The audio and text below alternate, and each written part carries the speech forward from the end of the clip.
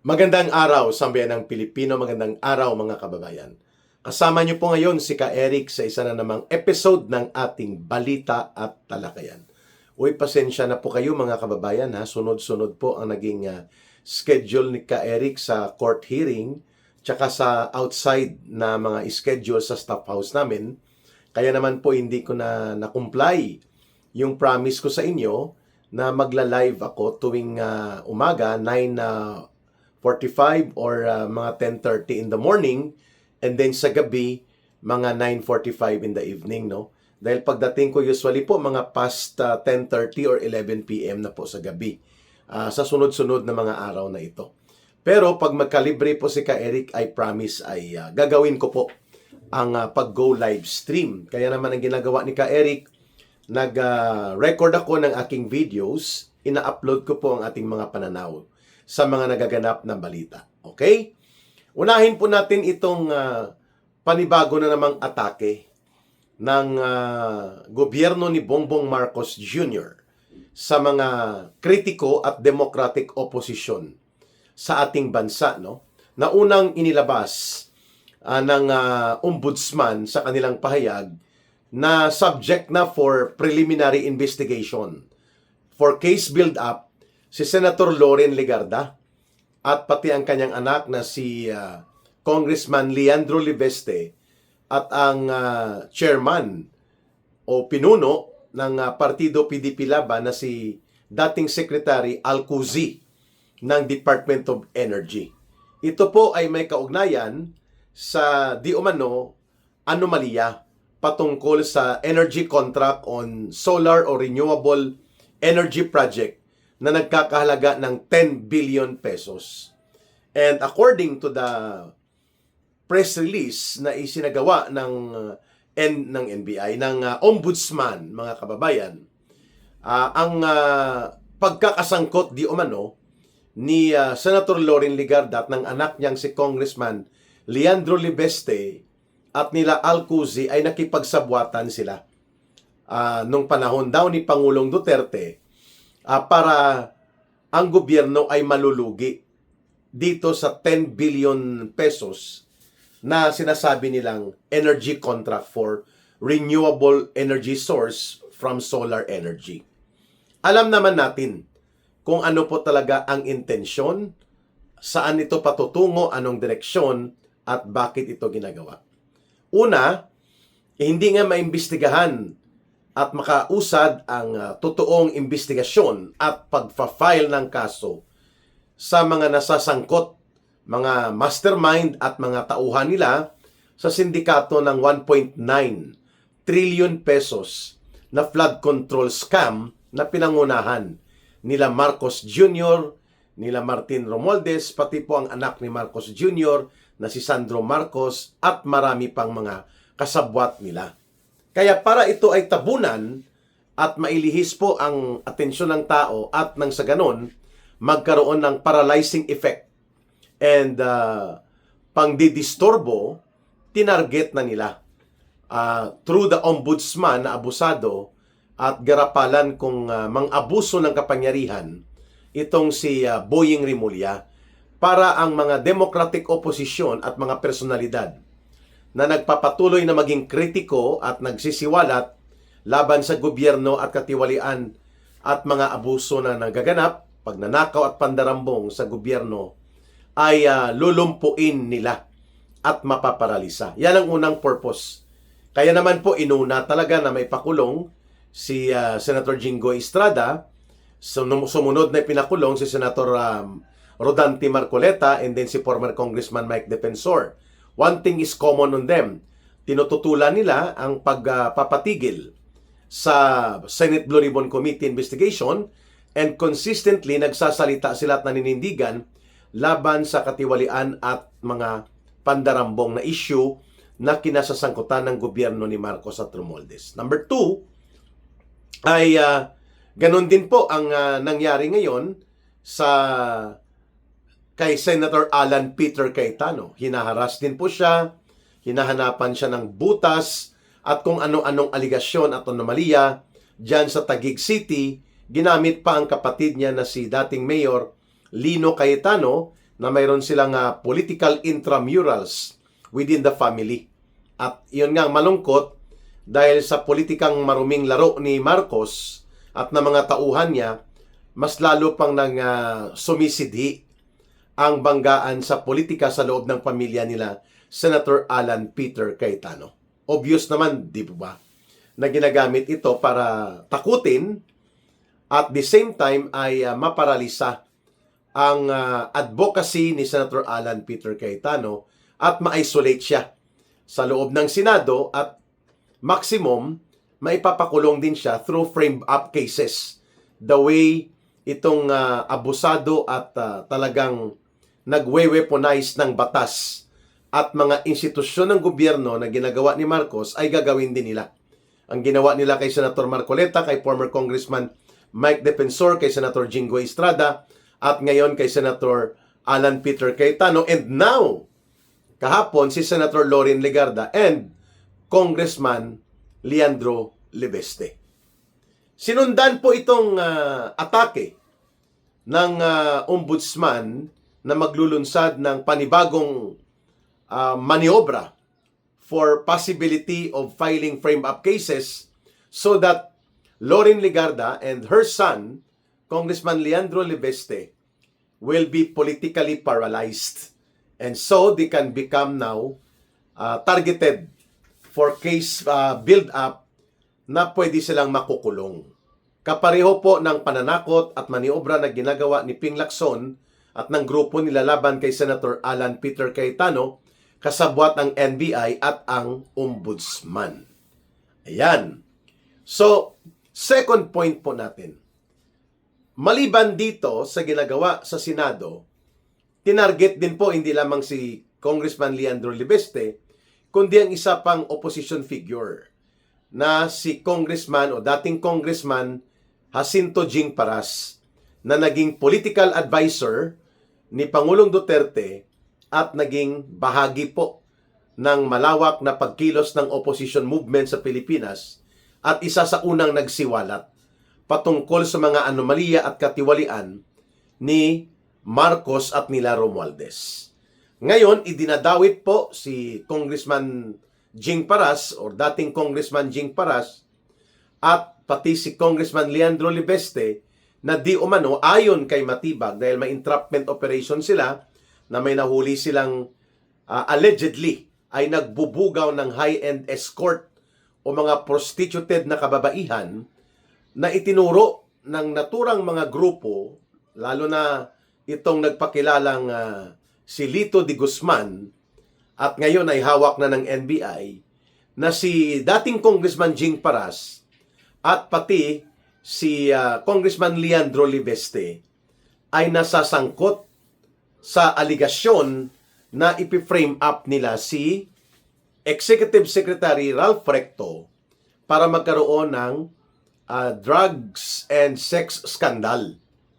At ayon sa mga inilabas na mga media briefing ni Melvin Matibag na para bang guilty na si Congressman Paras at si Congressman Libeste, ay ginagamit niya ang media for trial by publicity or trial through publicity sa gimmick sa media.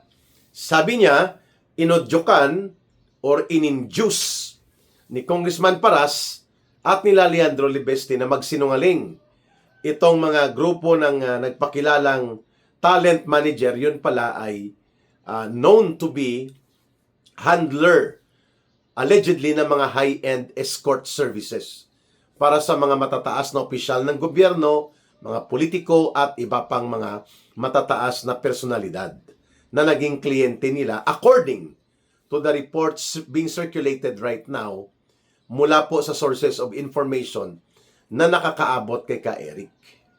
At mukhang suki, di umano, itong si Lito de Guzman, paborito sila. Ang grupo niya ng mga kababaihan, according to sources, ay si Ralph Recto, ang isa sa regular na kliyente nila. At ito ang dahilan kung bakit nang ma-entrap ito sila sa isang 5-star hotel, ang grupo ni Lito de Guzman, ay gumawa sila ng kwento. Gumawa ng affidavit, itinuturo nila na inudyokan at sila ay binayaran. According to their testimony doon sa affidavit nila, wala pa namang proven na katotohanan or makakatayo sa weight of the evidentiary rules. Subalit binabanggit nila ng grupo na ito na ang nag-udyok at nagbayad sa kanila ay sila Congressman Paras at Congressman Leandro Libeste para i-set up si Executive Secretary Ralph Recto at nang sa gayon ay maidudugtong ito kay Pangulong Bongbong Marcos Jr. Yun po ang teorya na pinapalutang ni Melvin Matibag sa kanilang sinasabi na investigasyon, pero panay na ang media briefing and media releases. As if ay may paglilitis na at may paghahatol laban sa grupo nila Congressman Libeste at Congressman Jing Paras. Ngayon ang tanong, of all the public officials, bakit si Ralph Recto? Di po ba? Dami namang mga cabinet officials. Bakit siya ang nasasangkot sa kontrobersya na ito? At bakit one-sided ang investigation ng NBI? Bakit ang mga itinuturo lang nitong grupo ng mga nagpakilalang mga talent manager, talent handler, at mga grupo nila na essentially, kung titingnan natin ang mga indicators, involved sila sa prostitution high-end services or tinatawag na private escort service. Yan po ang industry definition nila, no? Para hindi halata na nabubugaw o nagkakaroon ng human trafficking through the practice of prostitution. Bakit si Ralph Recto ang lumalabas na nasasangkot sa grupong ito at parang binabalikan siya at tinatarget ni Congressman Libeste with the support of former Congressman Jing Paras para ma-expose di umano ang sex and drug scandal ni di umano Executive Secretary Ralph Recto. Pero ang tanong ng taong bayan, bakit si Ralph Recto? Kung hindi ito mayroong bahid ng mga katotohanan sa mga previous na pangyayari na kinasasangkutan nitong grupo ni Lito de Guzman. Pwede namang ibang mga cabinet secretary o baka may iba pa. Pero sabi nila dahil dugtong daw si Ralph Recto papunta kay Marcos Jr. So yung mga kumakalat na balita, Rockwell. Wow, pamilyar ito ha. Dito po itinuro ni dating PDEA agent Morales na si Pangulong Marcos Jr. nung siya'y senador pa, ay kasama niya ang mga ilang personalidad, including yung actress na si Maricel Soriano, sa pagkakaroon di umano ng series of mga drug sessions sa Rockwell. Yan ay ayon sa naging salaysay noon sa Senado ni Agent Morales na gumawa siya ng pre-operations report at nandun nga sa informante ang pangalan ni Marcos Jr. Rockwell din po ang itinuturo sa sources of information kung saan nagsasagawa nitong alleged session ng mga illegal drugs activities and prostitution related. At nasasangkot o isinasangkot ang pangalan ni Executive Secretary Ralph Recto sa grupong ito ng a certain Lito de Guzman at mga high-end girls niya. At ngayon itinuturo ng NBI na ito'y pakana nila Jing Paras at nila Leandro Libeste. Wow! What a twist! Ano ba talaga, kuya? Ang problema kasi kay Matibag, panay po ang pa-interview. Panay po ang kanyang gimmick sa media. Pareho lang sila ni Boying Rimulya, nila John Vic Rimulya. So kahit wala pa pong proseso sa makatarungang paglilitis, hindi pa kumpletong investigasyon, at wala pang na-establish na mga solid facts and evidence, nahuhusgahan na po at nagkakaroon na ng samot-saring mga persepsyon at pananaw sa mga pangyayari, lalo na kung ganito ka-sensitive. Sana naging maingat at mag-ingat palagi ang mga opisyal na ito, like itong NBI Director na si Matibag, itong Ombudsman na si Boying Rimulya, itong DILG Secretary na si John Vic Rimulya, dahil hindi po mababawi kaagad sa taong bayan kapag nagkaroon ng mga maling pananaw o distorted na mga opinion dahil hindi kompleto ang paglalahad ng facts and figures at pagkukwento ng mga pangyayari. The way right now na ang tumbok ng investigasyon ni Matibag, one-sided. Doon lang sa side na sinasabi na nang set up, nangudyok, ng babayad ng mga babae at talent manager na ito, sila Congressman Jing Paras at Congressman Libeste, para birahin si Ralph Recto. Pero kumakalat din po ang equally serious information na matagal nang involved si Executive Secretary Ralph Recto dito di umano sa grupo na na-entrap ng NBI na yun pala ay Gaubo. Anong Gaubo? According to reports, involved sa prostitution ang grupo nito, Gaubo Bugaw, di ba? Ni at certain Lito de Guzman at ang mga babae niya ay isang cover sa totoong industriya nila na kinasasangkutan. Ang industriya ng prostitusyon o tinatawag na high-end private escort services. Wow. Service provider. At parang ayon doon sa internet, social media information na kumalat at pilit na pinapatanggal at nabasa ng mga mamamayan, si Ralph Recto ay matagal na naging kliyente nila at soke dito sa tinatawag na alleged involvement sa escort service na ito na very scandalous ang mga sinasabi tungkol dito kay Secretary Ralph Recto at ginagawa niya ito habang siya ay pati ngayon Executive Secretary siya according to the report na kumalat at ngayon pinapatanggal sa internet. At binaliktad na ng NBI at napunta na po ang investigasyon kina dating Congressman Jing Paras at Congressman Leandro Libeste. Dugtong po ito doon sa maniobra ng Ombudsman na hatawin ng preliminary investigation and possible case build-up or case build-up activities that will result to the filing of criminal charges against Senator Ligarda, anak niyang si Congressman Libeste, at itong PDP Laban chairman sa partido ni Tatay Digong na PDP Laban na si former Secretary Al Cozy. So, the pattern is very consistent. Atakihin, i-malign, malicious imputation, case build-up, resulta kaso, resulta warrant of arrest, resulta kulong. Ito ngayon ang tirada ni Marcos Jr., isa-isa pero tuloy-tuloy. Kay Senator Alan Peter Cayetano, matapos na may pakulong na nila si Senator Jingo Estrada at saka si Senator Marcoleta at si former Congressman Mike Defensor. Sumunod si Alan Peter Cayetano, Southeast Asian Games, Taguig Ghost Projects, at lahat ng ito kinumpasan nila Ping Lacson, Matibag at Boying Rimulya, mga nasasangkot bilang operatiba ni Marcos sa maruming laro ng paggamit ng proseso ng batas at mga institusyon sa law enforcement at pati po itong ombudsman.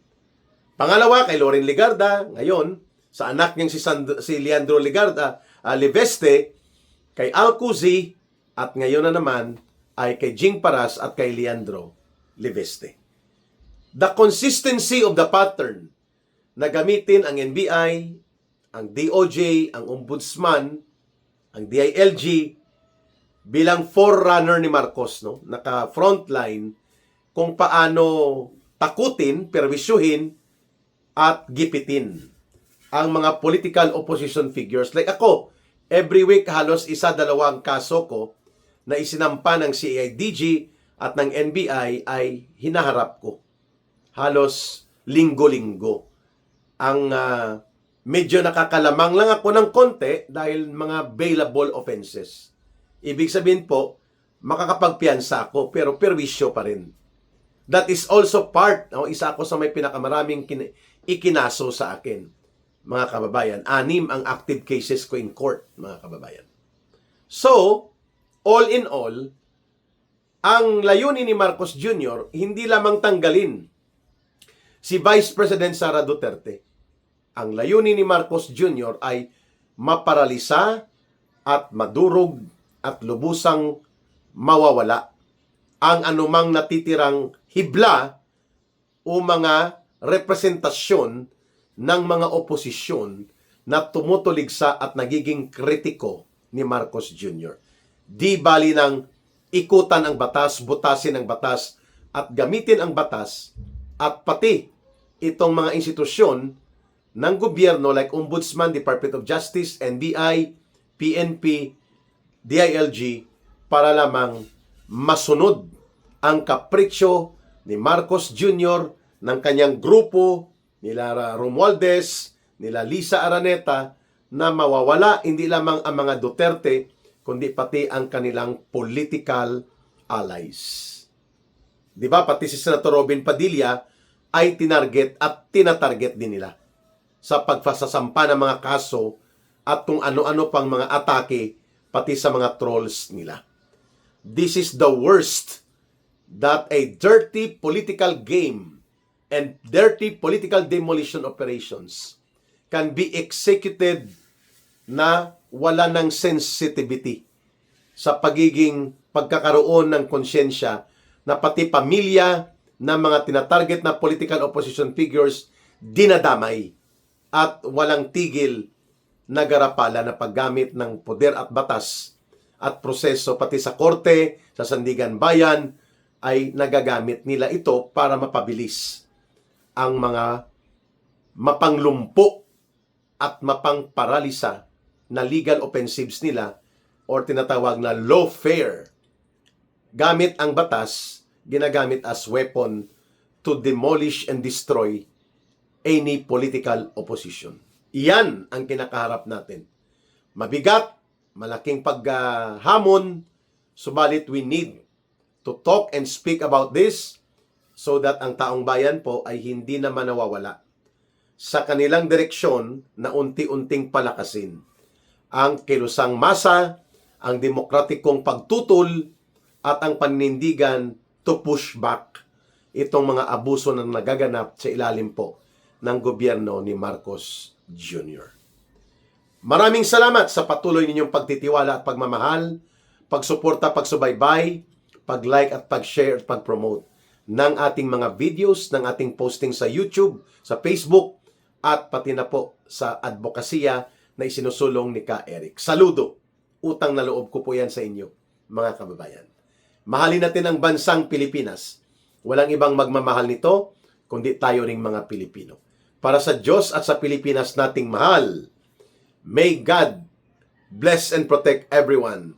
And to those who are Muslim brothers and sisters, Allah be with you. Bye for now. Ito po si Ka Eric. Mabuhay!